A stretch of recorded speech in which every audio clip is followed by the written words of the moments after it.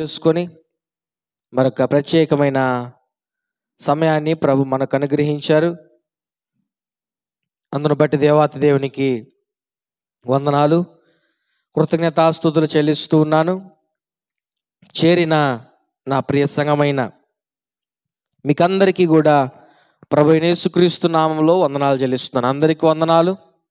దేవుడు మనలందరినీ జ్ఞాపకం చేసుకొని సమయం ఇచ్చారని నమ్ముతున్నాను. మరి కొంత సమయము దేవుని మాటలు శ్రద్ధగా మనం ఆలకిద్దాం. సెల్ ఫోన్స్ ఎవరైనా ఉండి సైలెంట్లో లేకపోతే వాటిని సైలెంట్లో పెట్టుకోండి. ఎందుకంటే మనకు దేవుని వాక్యానికి అభ్యంతరంగా, ఇబ్బందికరంగా లేకుండా వినే కొంత సమయమైనా దేవుని వాక్యాన్ని మనము చక్కగా వినేదానికి అవకాశం ఉంటుంది. కాబట్టి మరి చిన్నపిల్లల్ని మీరు మీకు ఆధీనంలో స్వాధీనంలో ఉంచుకోండి. దేవుని మాటలు మనము శ్రద్ధగా ఆలకిస్తే దేవుడు మనకు ఎంతో ఉపయోగకరమైన విషయాలు తెలియచేస్తారన్నది నేను గ్రహించాను. కాబట్టి మీరు దాన్ని గమనించి శ్రద్ధగా మీ మనస్సును దేవుని వాక్యం మీద ఉంచి ఆలకించవలసిందిగా మీకు నేను తెలియజేస్తున్నాను. హల్లెలూయా, హల్లెలూయా. దేవుని వాక్యము మనతో మాట్లాడుతూ ఉంది. మన జీవితాలను ప్రతి ఆదివారం సరిచేస్తూ వెలిగిస్తూ నడిపిస్తూ ఉంది. దేవుని వాక్యంలో ఉన్న గొప్పతనం గాయపరుస్తుంది, అది స్వస్థపరుస్తుంది. ఎందుకు గాయపరుస్తుంది అంటే మనలో ఉన్న పాపమును బట్టి గాయపరుస్తుంది.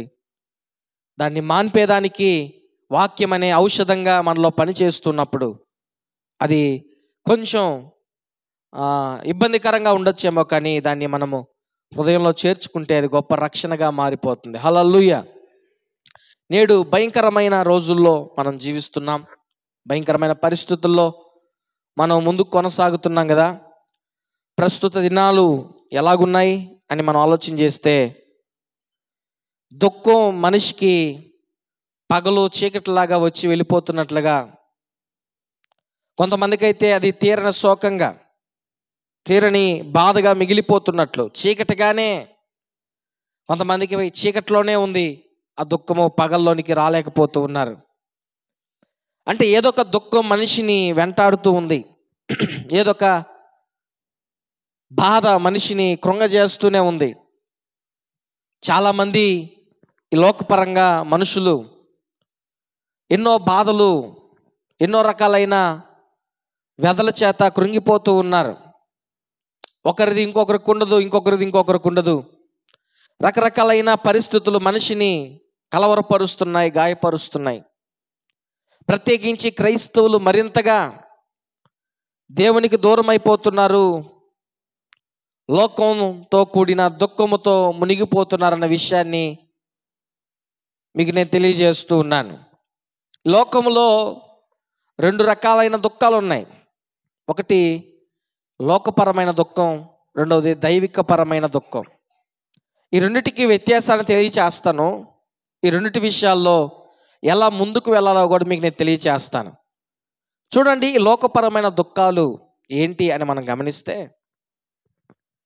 ఈ లోకంలో చాలామంది మనుషులు ఏదో ఒక కష్టం చేత ముందుకు కొనసాగవలసిన పరిస్థితి. అన్నాడు ఆదాముతో దేవుడు చెప్పాడు, నువ్వు కష్టపడి చెమట కారిస్తే తప్ప నీకు దాని ద్వారా ఆశీర్వాదం ఉండదన్నది, ప్రతిఫలం ఉండదన్నది. అదే ఇప్పుడు కూడా కొనసాగుతోంది. ఒకడు కంప్యూటర్ దగ్గర చేరి పని చేస్తాడు, ఇంకొకడు ఫ్యాక్టరీలో పని చేస్తాడు, ఇంకొకడు పొలం దగ్గర పని చేస్తాడు, ఇంకొకడు ఇంకొక దగ్గర పని చేస్తాడు. కానీ పని చేయడం అయితే చేయాల్సిందే. చోటులు మారుతాయేమో, పనితీరు మారుతుందేమో, కానీ పని చేయాల్సిందే. చాలామంది మనం ఏమనుకుంటామంటే, వాడు చూడు శుద్ధంగా కంప్యూటర్ దగ్గర చేరి ఎంత బాగా పని చేస్తున్నాడు, మాకు చూడి కష్టం ఎంతో బాధగా వ్యధగా ఉందనుకుంటారు కదా. కంప్యూటర్ దగ్గర చేసేవాడు కూడా కష్టమే.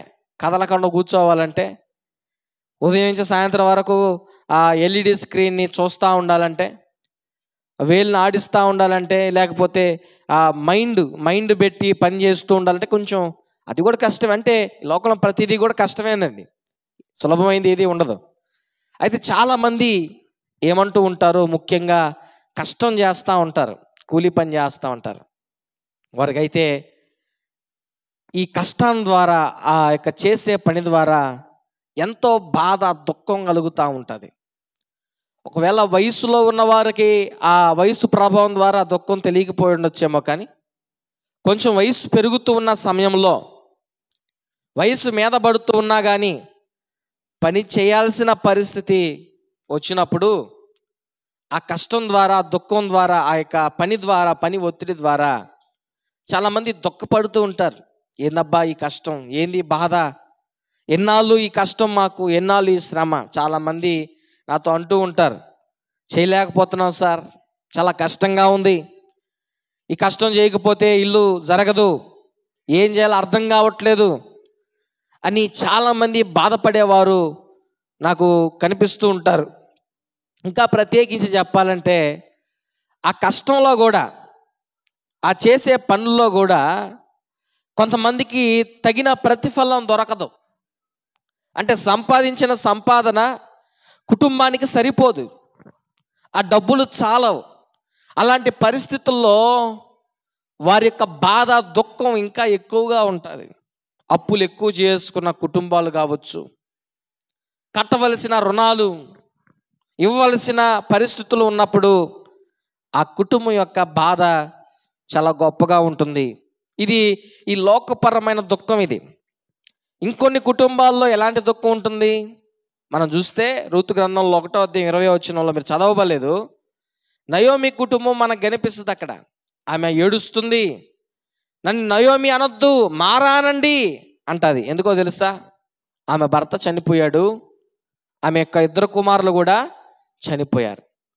అంటే ఆ కుటుంబంలో ఏముందంటే, ఆ యొక్క కుటుంబ సభ్యులను కోల్పోయినందువల్ల, ఏ మనిషికైనా మరణం వస్తుంది కదా, కొంతమందికి త్వరగా వస్తుంది, కొంతమందికి ఆలస్యంగా వస్తుంది, కానీ ఏ రోజైనా ఒక మనిషి చనిపోవలసిందే. అయితే ఆ కుటుంబంలో ఉన్న ఆ పరిస్థితులను బట్టి ఆ నయోమి ఏం చేస్తుందో తెలుసా?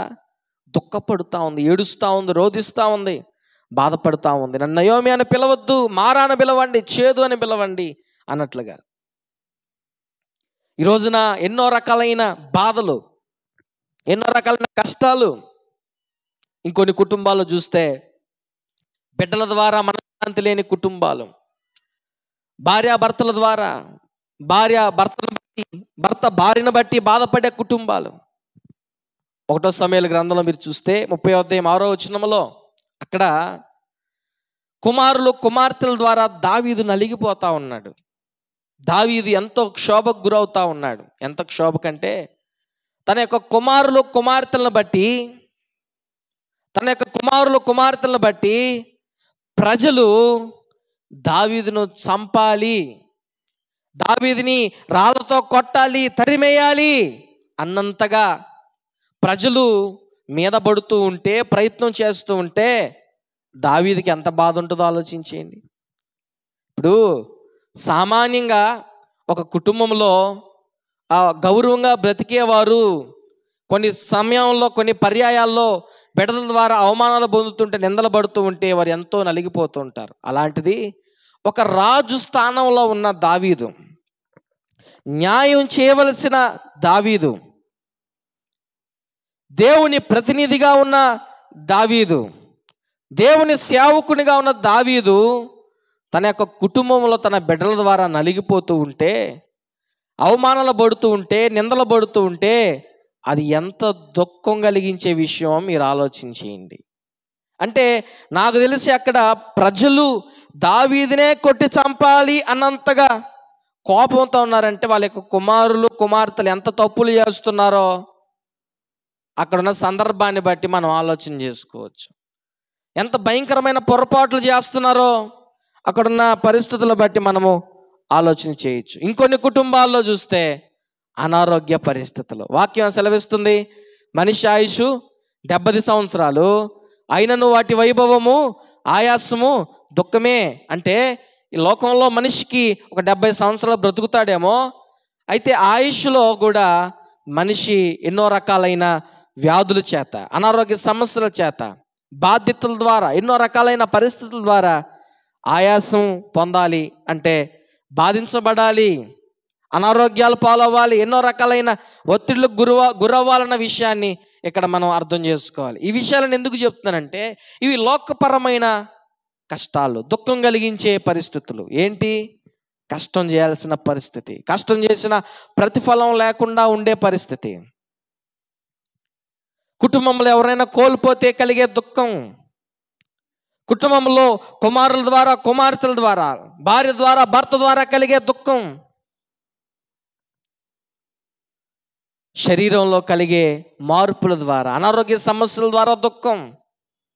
ఈ దుఃఖం అంతా కూడా మనిషిని ఎంతో కలవరానికి గురి చేస్తూ కృంగిపోయేట్లుగా చేస్తుంది, నిరుత్సాహపడేట్లుగా చేస్తుంది. కొంతమంది అయితే ఈ దుఃఖం ద్వారా, కలిగిన కష్టం ద్వారా ఏమైపోతున్నారంటే, కొంతమంది బలహీనులు ఆత్మహత్యలు చేసుకొని చనిపోతున్నారు. ఏ సమస్యల ద్వారా? అనారోగ్య సమస్యలు, అప్పుల బాధలు, బిడ్డల ద్వారా, భార్య ద్వారా, భర్త ద్వారా, లేదా కుటుంబంలో కలిగే పరిస్థితులను బట్టి, ఈ కారణాలన్నిటిని బట్టి, ఈ యొక్క దుఃఖం అంతటిని బట్టి చాలామంది మరణాన్ని ఎంచుకుంటూ ఉన్నారు. నిజమే, ఈ లోకపరమైన దుఃఖం మరణానికి దారి తీస్తుందని ఈ వాక్యంలో ఉంది. ఎక్కడుందో తెలుసా? చూడండి, 2 కొరింథీయులకు రాసిన పత్రిక 7వ అధ్యాయము 10వ వచనాన్ని కానీ మీరు చూస్తే, 2 కొరింథీయులకు రాసిన పత్రిక 7వ అధ్యాయము 10వ వచనాన్ని మీరు చూడాలని కోరుతా ఉన్నాను. 2 కొరింథీయులకు రాసిన పత్రిక 7వ అధ్యాయం 10వ వచనం. దైవ చిత్తానుసారమైన దుఃఖం రక్షణకరమైన మారు మనసును కలుగు చేస్తుంది. ఈ మారు మనసు దుఃఖాన్ని పుట్టించదు, అయితే లోక సంబంధమైన దుఃఖం మరణాన్ని కలుగు చేస్తుంది. హల్లెలూయా. అవును, ఈ లోకపరమైన దుఃఖం మరణాన్ని కలుగు చేస్తుంది. అయితే నయోమి ఎందుకు చచ్చిపోలేదు? దావీదు ఎందుకు చచ్చిపోలేదు? వారికి కూడా ఇలాంటి బాధలు కలిగాయి కదా, ఇలాంటి కష్టాలు ఎదురైనాయి కదా, ఇలాంటి ఇరుకులు వారి మీద పడి వారి హృదయాన్ని ఎంతో కలవరపరిచేయి కదా, గాయపరిచేయి కదా. మీకు మొదట చెప్పానే, కష్టం చేస్తున్న వారు ఎంతోమంది ఉన్నారు సమాజంలో. డబ్బులు చాలక కష్టపడినా ఆ కష్టం ద్వారా వచ్చే డబ్బులు చాలక నలిగిపోయే వాళ్ళు ఎంతమంది ఉన్నారని చెప్పాను. ఏ సందర్భాన్ని బట్టి చెప్పానంటే, నిర్గమాకాండం 3వ అధ్యాయము 7వ వచనం మీరు చదవనక్కర్లేదు. అక్కడ ఇశ్రాయేలీలు ఐగుప్తులో వెట్టి పనులు చేస్తూ, ఐగుప్తులు పెట్టే బాధను బట్టి, వారి పెట్టే క్షోభను బట్టి నలిగిపోతూ, పడే కష్టానికి తగిన ప్రతిఫలం లేకుండా ఉంటే అరుస్తూ ఏడుస్తూ ఆర్తనాదాలు పెడుతుంటే దేవుడు వారి మొరను విన్నాడని అక్కడ ఉన్న మాటలను బట్టి మీతో నేను చెప్పాను. అంటే ఇజ్రాయేల్ అంత కష్టం పడుతున్నా కూడా ఎందుకు చచ్చిపోలేదు? నయోమి కుటుంబాన్ని కోల్పోయినా కూడా ఎందుకు చచ్చిపోలేదు? దావీదు ఎందుకు ఆ బాధలు పడుతున్నా కూడా చచ్చిపోలేదు? అంటే ఒక్క మాట చెప్తాను. దావీదు సందర్భాన్ని మనం చదివాం ఆ సమూయేలు గ్రంథంలో. మీరు అక్కడ చూస్తే ఆ మాటను చదవండి. ఇప్పుడు 1వ సమూయేలు 30వ అధ్యాయము 6వ వచనాన్ని కానీ మీరు చూస్తే అక్కడున్న మాటను మీకు నేను తెలియచేస్తాను. 1వ సమూయేలు 30వ అధ్యాయము 6వ వచనాన్ని మీరు చూస్తే, దావీదు మిక్కిలి దుఃఖపడ్డాడంట. మరియు తమ తమ కుమారులను బట్టి, కుమార్తెలను బట్టి జనులందరికీ ప్రాణము వికసించినందున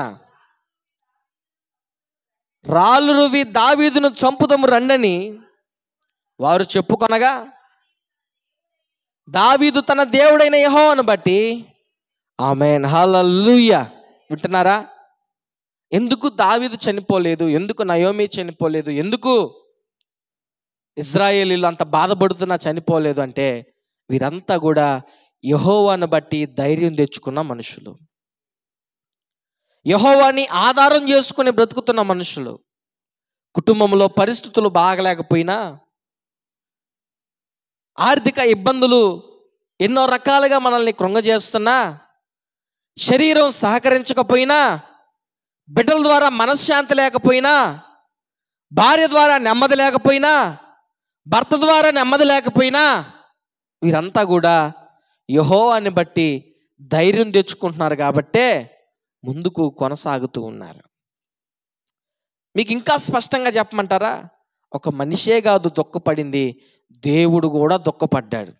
ఎందుకు దుఃఖపడ్డాడంటే మనుషులను బట్టే దేవుడు దుఃఖపడ్డాడు. నోవాహ కాలంలో మనుషుల్ని ఎందుకు సృజించానా అని దుఃఖపడ్డాడు. తరువాత సౌలు రాజు విషయంలో మనం చూస్తే అక్కడ సౌలు రాజుని ఎందుకు ఇజ్రాయేల్కి రాజుగా చేశానా అని పశ్చాత్తాపపడినట్లు మనం చూస్తాం. ఎక్కడ ఉంటుంది ఆ మాట? 1 సమూయేలు 15వ అధ్యాయము 35వ వచనాన్ని కానీ మీరు చూడగలిగితే, 1 సమూయేలు 15వ అధ్యాయము 35వ వచనాన్ని మీరు చూడాలని కోరుతా ఉన్నాను. సౌలు బ్రతికిన దినములన్నిటిను 15వ అధ్యాయం 35వ వచనం, 1 సమూయేలు 15వ అధ్యాయం 35వ వచనం చదవండి.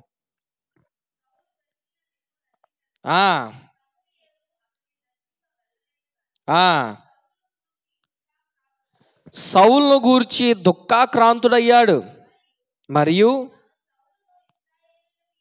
తాను సౌలును ఇశ్రాయేలు మీద రాజుగా నిర్ణయించినందుకు యెహోవా పశ్చాత్తాపం పడ్డాడు. ఇక్కడ సౌలు రాజును బట్టి దైవ సేవకుడు దుఃఖపడ్డాడు, దేవుడు కూడా దుఃఖపడినట్లుగా మనకు తెలుస్తుంది.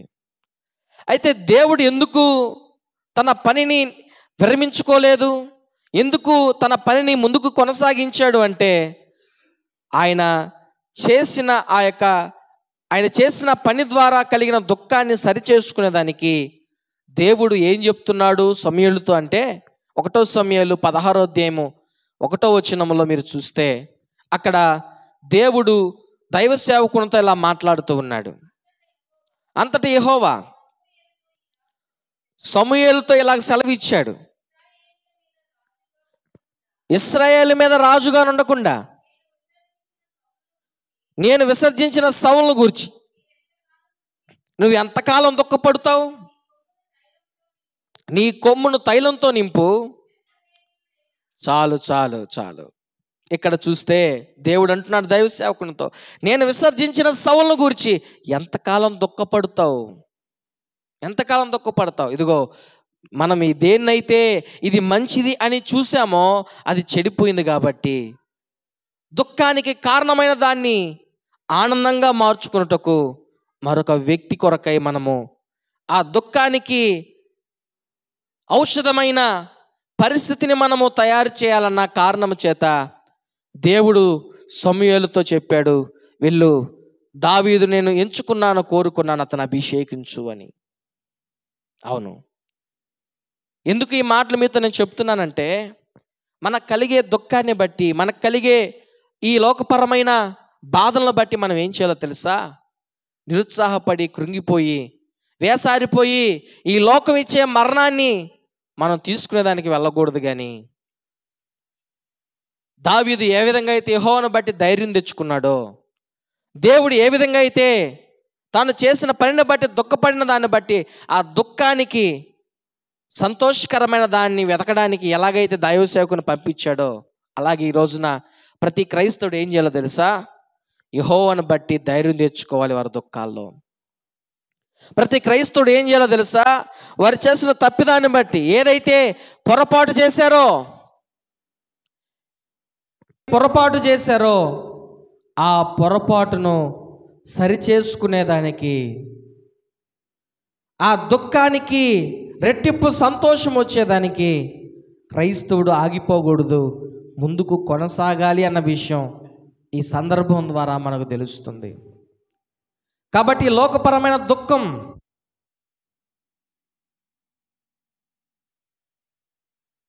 ఎంతో క్షోభకు గురి చేస్తుంది. కానీ దాన్ని బట్టి మనము కృంగిపోయి వేసారిపోయి, ఏంటి నా జీవితం, ఏంటి నా బ్రతుకు, నా కుటుంబం ఏంటి ఇలాగ అయిపోయిందని చెప్పి కలవరపడకూడదు, దిగులు పడకూడదు. ఒకవేళ అలాగే దిగులు పడే పని అయితే, అలా కలవరపడే పని అయితే మనం ఈ లోకంలో ముందుకు కొనసాగలేం. నూతనమైన కార్యమును మనం తలపెట్టలేం. ఆశీర్వాదాన్ని తిరిగి మనం పొందుకోలేం. మన ద్వారా కుటుంబానికి సంతోషాన్ని ఇవ్వలేం. దేవుని నామాన్ని మహింపరచలేం. ఈ రోజున ఈ లోకపరమైన దుఃఖం మనిషిని మరణంలోకి తీసుకువెళ్తుంది. కానీ దైవపరమైన దుఃఖం. దైవపరమైన దుఃఖం మనిషిని ఏం చేస్తుంది అంటే రక్షణ మార్గంలోనికి, మారు మనస్సులోనికి తీసుకువెళ్తుంది. దేంట్లోనికి? మారు మనస్సు. ఈ రోజున ఎంతోమందికి మారు మనస్సు లేదు, రక్షణ లేదు. ఎందుకో తెలుసా? ఎందుకు మారు మనస్సు, రక్షణ లేదో తెలుసా? దైవ చిత్తానుసారమైన దుఃఖాన్ని వారు సరైన మార్గంలో ఉపయోగించుకోలేకపోతూ ఉన్నారు. వారికి దేవుడు కలిగిస్తున్నాడు ఆ దుఃఖాన్ని. ఈ దైవ చిత్తానుసారమైన దుఃఖం అంటే ఏంటంటే, చాలామంది మనుషులు పరిశుద్ధాత్మ దేవుని దుఃఖ పెడుతూ ఉంటారు. ఎఫెసీయులకు రాసిన పత్రికలో ఉంటుంది, ఏమనంటే మీలో ఉన్న పరిశుద్ధాత్మని మీరు దుఃఖ పెట్టబాకండి, 4:30 చాలామంది దుఃఖ పెడుతూ ఉంటారు. ఆ దుఃఖ పెట్టే సమయంలో పరిశుద్ధాత్మ దేవుడు మనతో మాట్లాడుతూ ఉంటాడు. నువ్వు మాట్లాడే మాట సరైంది కాదు, నీవు ఆలోచించే ఆలోచన సరైంది కాదు, నువ్వు నడిచే నడత సరైంది కాదు, నువ్వు సరి చేసుకో, మార్చుకో అని మనసుతో ప్రభు మాట్లాడుతూ ఉంటే చాలామంది దాన్ని కఠినం చేసుకొని పరిశుద్ధాత్మ దేవుని ప్రక్కన పెట్టేస్తారు. అప్పుడు వారిలో ఏమి రాదు అంటే మారు మనసు రాదు. ఒకవేళ నిజంగా దైవ చిత్తానుసారమైన దుఃఖం మనుషులో కానీ వచ్చినప్పుడు దానికి స్పందిస్తే, దాన్ని తీసుకుంటే మనిషికి ఈ లోకపరమైన దుఃఖంలాగా అది అనిపించదు, కానీ రక్షణార్థమైన మారు మనసు కలుగు చేస్తుంది. అవును, నీ తప్పులను ఎత్తి చూపిస్తున్నప్పుడు, నీ పొరపాట్లను ఎత్తి చూపిస్తున్నప్పుడు ఏ క్రైస్తవుడైతే దాన్ని స్వీకరిస్తాడో, ఏ క్రైస్తవుడైతే దాన్ని రక్షణకు ఆధారంగా చేసుకుంటాడో వాడు రక్షించబడతాడు, మారు మనస్సు పొందుతాడు. అవును, ఆ కొరింథీయులకు రాసిన పత్రికలోనే ఆ సందర్భాన్ని మనం చూస్తాం. 2 కొరింథీయులకు రాసిన పత్రిక 7వ అధ్యాయము 8-9 వచనాలు మీరు చూస్తే, 9 వచనాలు మీరు చూస్తే, నేను రాసిన పత్రిక వలన మిమ్మల్ని దుఃఖపెట్టినందువల్ల విచారపడను, నాకు విచారము కలిగినను ఆ పత్రిక మిమ్మల్ని స్వల్పకాలం మట్టుకే దుఃఖపెట్టునని తెలుసుకొని ఉన్నాను. మీరు దుఃఖపడితేనని సంతోషించడం లేదు, కానీ మీరు దుఃఖపడి మారు మనసు పొందారని సంతోషిస్తున్నాను. హల్లెలూయా. దుఃఖపెట్టే పత్రికలు మీకు నేను రాసినందుకు నేను బాధపడటం లేదు. ఎందుకో తెలుసా? మీరు దుఃఖపడ్డారని నాకు నా సంతోషం కాదు, కానీ మీరు దుఃఖపడిన దానికి, మారు మనసు పొందారన్న దానికి నాకు సంతోషం కలిగిందని పౌలు మాట్లాడుతున్నాడు. ఏంటి వారిలో ఉన్న పొరపాట్లు అంటే 12వ అధ్యాయం 21వ వచనంలో మనం చూస్తే వారిలో ఉన్న ఆ పరిస్థితులు ఎలా ఉన్నాయంటే, అపవిత్రత, జారత్వము, పోకిరి చేష్టల వలన వారు మారు మనసు లేక కొంతమంది ఆ సంఘంలో ముందుకు కొనసాగుతూ ఉన్నారంట. వారిని బట్టి పౌలు ఆ పత్రికలు రాస్తే, ఆ పత్రికలను బట్టి వారందరూ కూడా మారు మనసు పొందినట్లుగా మనకు అర్థమవుతూ ఉంది. అంటే దేవుడు వారితో మాట్లాడిన మాటలు, వారి తప్పులు ఎత్తి చూపిస్తూ ఉంటే పరిశుద్ధాత్ముడు వారిలో కలుగు చేసిన దుఃఖము వారికి రక్షణగా మారింది. ఈ లోకపరమైన దుఃఖం మనిషికి మరణానికి దారితీస్తూ ఉంది, కానీ కొంతమంది క్రైస్తవులైతే యెహోవాను బట్టి ధైర్యం తెచ్చుకొని ఆ దుఃఖానికి కారణమైన దానిని ప్రక్కన పెట్టే దానికోసం నూతనమైన పనులు చేపడుతూ ఉంటే, కొంతమంది ఆ దుఃఖం ద్వారా ఎన్నో బాధలు పడుతూ నలిగిపోతూ అక్కడే ఆగిపోతున్నారు. ఈరోజు నీవు ఆలోచన చేయాలి. ఏంటో తెలుసా? ఈ లోకపరమైన దుఃఖము నీకు మరణం దారితీస్తూ ఉంటే క్రైస్తవులుగా మనం ధైర్యం తెచ్చుకొని ముందుకు వెళ్ళాలి. దైవిక పరమైన దుఃఖం మనలోకి వచ్చినప్పుడు, అంటే నువ్వు చేస్తున్నది సరైంది కాదు, నువ్వు మాట్లాడుతున్నది సరైంది కాదు, నువ్వు ఆలోచిస్తున్నది సరైంది కాదు, నువ్వు నడిచే నడత సరైంది కాదని దేవుని వాక్యం నీ దగ్గరికి వస్తున్నప్పుడు, దాన్ని నువ్వు తీసుకున్నప్పుడు, దాన్ని నువ్వు స్వీకరించినప్పుడు అది నీకు రక్షణార్థమైన మారు మనసును కలుగు చేస్తుందన్న విషయాన్ని మీకు నేను తెలియజేస్తున్నాను. ఈ రోజున ఎంతోమంది ఈ లోకపరమైన దుఃఖం ద్వారా కలవరపడుతున్నవారు, బాధపడుతున్నవారు, కృంగిపోతున్నవారు ఉన్నారు. ఎందుకంటే వారు యెహోవాను బట్టి ధైర్యం తెచ్చుకోలేకపోతున్నారు.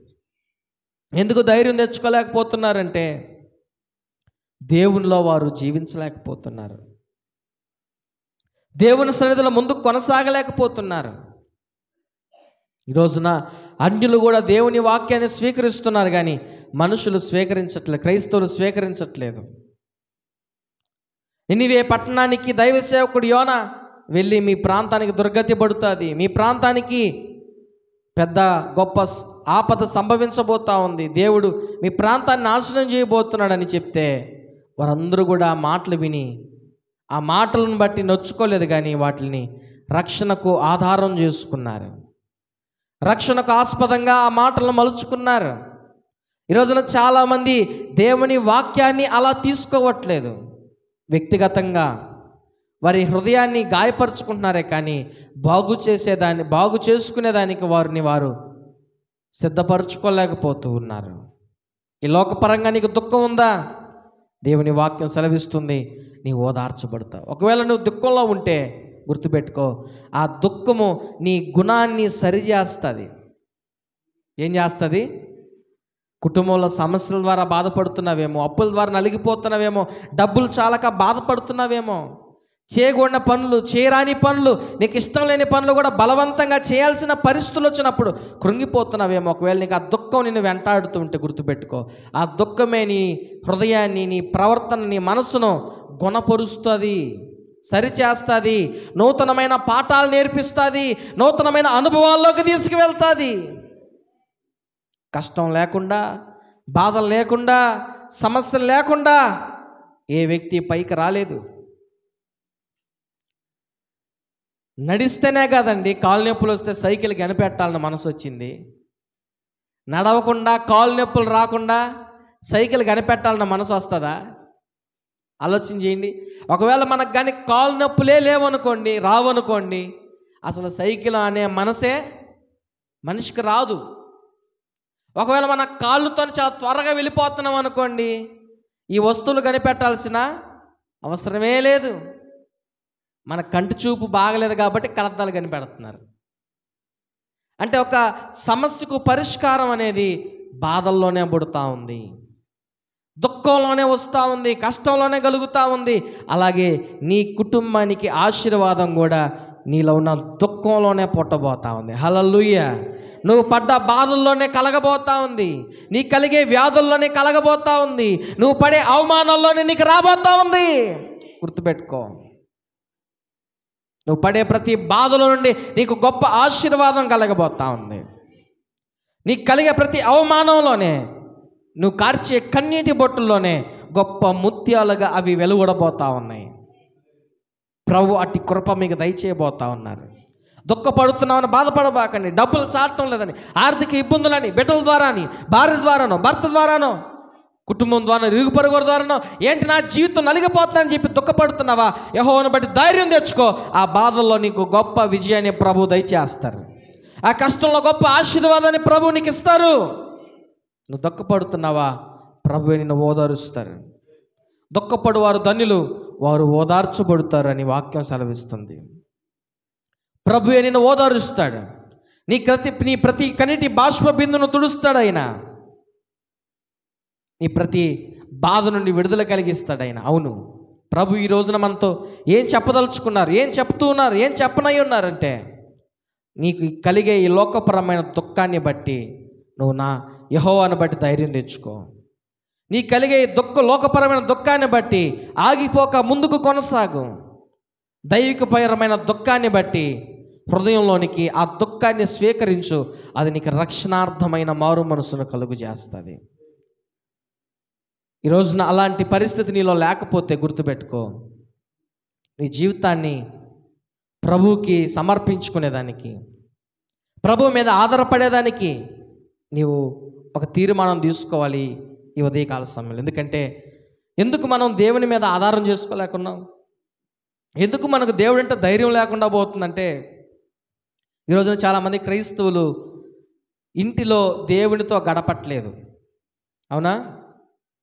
ప్రతి చిన్న విషయానికి నువ్వు భయపడిపోతున్నావంటే, ప్రతి చిన్న విషయానికి నువ్వు టెన్షన్ పడిపోతున్నావంటే, నెమ్మది లేక బాధపడిపోతున్నావంటే నువ్వేం చేయట్లేదు. నేను చెప్తాను, ఇంట్లో నువ్వు మోకరించే దాఖలాలేవు లేవు. ప్రార్థన చేసే సమయం లేదంటావు కానీ ఫోన్ చూసేదానికి మాత్రం సమయం ఉంది. అవునా? చాలామంది ఏమంటారు, సమయమే లేదండి. సమయం ఎందుకు లేదు? చాలా సమయం ఉంది, కానీ నీకు మనసు సహకరించట్లేదు. ఏం చేయట్లేదు? మనసు సహకరించట్లేదు. దేనికి? వాక్యం చదవాలన్నా, ప్రార్థన చేసుకోవాలన్నా నీకు మనసు సహకరించట్లేదు. అంటే ఆ ఉత్సాహం, ఆ చురుకుదనం నీ శరీరంలో పుట్టట్లా. ఏముందలే అన్నట్లుగా అనిపిస్తుంది. ఇలాంటి పరిస్థితులు నిన్నేం చేస్తున్నాయంటే, ప్రతి చిన్న సమస్యను కలవరపడే విధంగా, బాధపడే విధంగా, క్షోభకు గురయ్యే విధంగా చేస్తున్నాయి. గుర్తుపెట్టుకో. కాదు, నువ్వు అలా ఉండకూడదు. నువ్వు ధైర్యం తెచ్చుకో. యెహోవాను బట్టి దేవుడు నిన్ను ఓదారుస్తాడు. ఆ బాధల్లో గొప్ప విజయాన్ని ప్రభువు నీకు ఇస్తారు. నువ్వు దిగులు పడద్దు, కృంగిపోవద్దు, వేసారిపోవద్దు. ప్రభు నీ కార్యములు నూతన పరుస్తారన్న విషయాన్ని సమయంలో మీకు తెలియచేస్తున్నాను.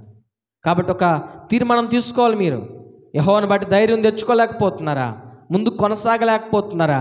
ఇదిగో దైవికపరమైన దుఃఖం ద్వారా మీరు రక్షణకు దాన్ని ఆధారం చేసుకోలేకపోతున్నారా? అది మంచిది కాదు. దేవుడు నినివే పట్టణస్థులను జ్ఞాపకం చేసుకున్నాడు. వారు దాన్ని మారు మనసుకు ఆధారం చేసుకున్నారు. మరొక వ్యక్తి ఉన్నాడు బైబిల్లో. ఎవరో తెలుసా? అతడు పేరు బైబిల్లో మెన్షన్ చేయలేదు, కానీ దేవుని దగ్గరికి వచ్చాడు. యేసయ్య దగ్గరికి వచ్చి, బోధకుడా, నిత్య జీవమునకు వారసుడు దానికి నేను ఏం చేయాలంటే, నన్ను బోధకుడాన్ని ఎందుకు సంబోధిస్తున్నావు? నిత్య రాజ్యమునకు వారసుడు కావు నీకు తెలియదా అన్నట్లుగా ప్రభువు మాట్లాడుతూ, తల్లిదండ్రులను ప్రేమించాలి, నువ్వు పొరుగు వారిని ప్రేమించాలి, నువ్వు దేవుడు తప్ప వేరొక దేవుడు నీకు ఉండకూడదు అన్న విషయాలు చెప్తుంటే, ఇవన్నీ నేను చిన్నతనం నుండే పాటిస్తున్నానని చెప్పాడు. అప్పుడు దేవుడు చెప్పాడు, ఆయన చూసి సంతోషించి ప్రేమించి, నీకు ఒక్కటి కొదువుగా ఉంది, నీ ఆస్తిని బీదలకు ఇచ్చి నన్ను వెంబడించు అంటే, ఆయన మిక్కిలి ఆస్తిపరుడు కాబట్టి దుఃఖపడుతూ వెళ్ళిపోయాడు అంది బైబిల్లో. ఎట్లాగుంది? దుఃఖపడుతూ వెళ్ళిపోయాడు. మార్కు సువార్తలో ఆ మాటలు మనకు కనిపిస్తాయి. మార్కు సువార్త 10వ అధ్యాయము 22వ వచనంలో కానీ మీరు చూస్తే, దుఃఖపడుతూ ఆయన ఇంటికి వెళ్ళిపోయాడు. అంటే దేవుని వాక్యాన్ని రక్షణకు ఆధారం చేసుకోలేదు, నిత్య జీవానికి అతడు దాన్ని ఆధారం చేసుకోలేదు, కానీ దాన్ని దుఃఖానికి హేతువుగా చేసుకున్నాడు. ఈరోజున చాలామంది దేవుని వాక్యాన్ని దుఃఖానికి హేతువుగా చేసుకుంటున్నారు, కానీ రక్షణకు ఆస్పదంగా చేసుకోలేకపోతున్నారు. దేవుని వాక్యం నీతోనే మాట్లాడుతున్నా ఆ వాక్యం నాకు కాదులేనట్లుగా బ్రతుకుతున్న క్రైస్తవులు, ప్రార్థన చేయని క్రైస్తవులు, వాక్యం చదవని క్రైస్తవులు, దేవుని సన్నిధికి రాని క్రైస్తవులు మరణాన్ని ఆశ్రయిస్తున్నారు. దేవుని మీద ఆధారపడి జీవించేవారు కలిగే కష్టాల్లో, బాధల్లో ధైర్యం తెచ్చుకుని ముందుకెళ్తున్నారు. దేవుని వాక్యాన్ని బట్టి వారిని వారు సరి చేసుకుంటున్నారు. ఈరోజున అలా చేసుకోలేకపోతున్నారు. ఇదిగో నీ జీవితాన్ని సరి చేసుకునేదానికి గొప్ప అవకాశం ప్రభు ఈ ఉదయకాల సమయంలో ఇచ్చున్నారు. ఒకవేళ నీలో ఏదైనా పొరపాట్లు ఉన్నాయి, ఆ పరిశుద్ధాత్మ దేవునితో మాట్లాడుతున్నాడు. నువ్వు ఆలోచన కానీ, నువ్వు మాట్లాడే మాట కానీ, నువ్వు చేసే నడత కానీ, ఈ క్రియలు కానీ మంచివి కాదన్నప్పుడు, ఆ దుఃఖం ఏదైతే నీకు నచ్చంది పరిశుద్ధాత్మ దేవుడు చెప్తున్నాడో దాన్ని మారు మనసుకు నువ్వు ఆధారం చేసుకుంటే, హేతువు చేసుకుంటే, నీ జీవితం మధ్యాహ్నమున గొప్ప వెలుగుగా, రాత్రి వేళ చీకట్లో గొప్ప వెలుగుగా, ప్రకాశమానంగా వెలుగుతుందన్న విషయాన్ని మీకు నేను తెలియచేస్తూ సమయంలో దేవుని మాటలు మీకు ప్రకటిస్తూ ఉన్నాను. ఒకసారి ఒక తీర్మానం తీసుకుందాం, మోకరిద్దాం, తల వంచి కళ్ళు మూసుకుందాం. ప్రభు మనతో మాట్లాడిన మాటలు, ఎంతకాలం దుఃఖంలోనే ఉంటాం, ఎంతకాలం దిగుల్లోనే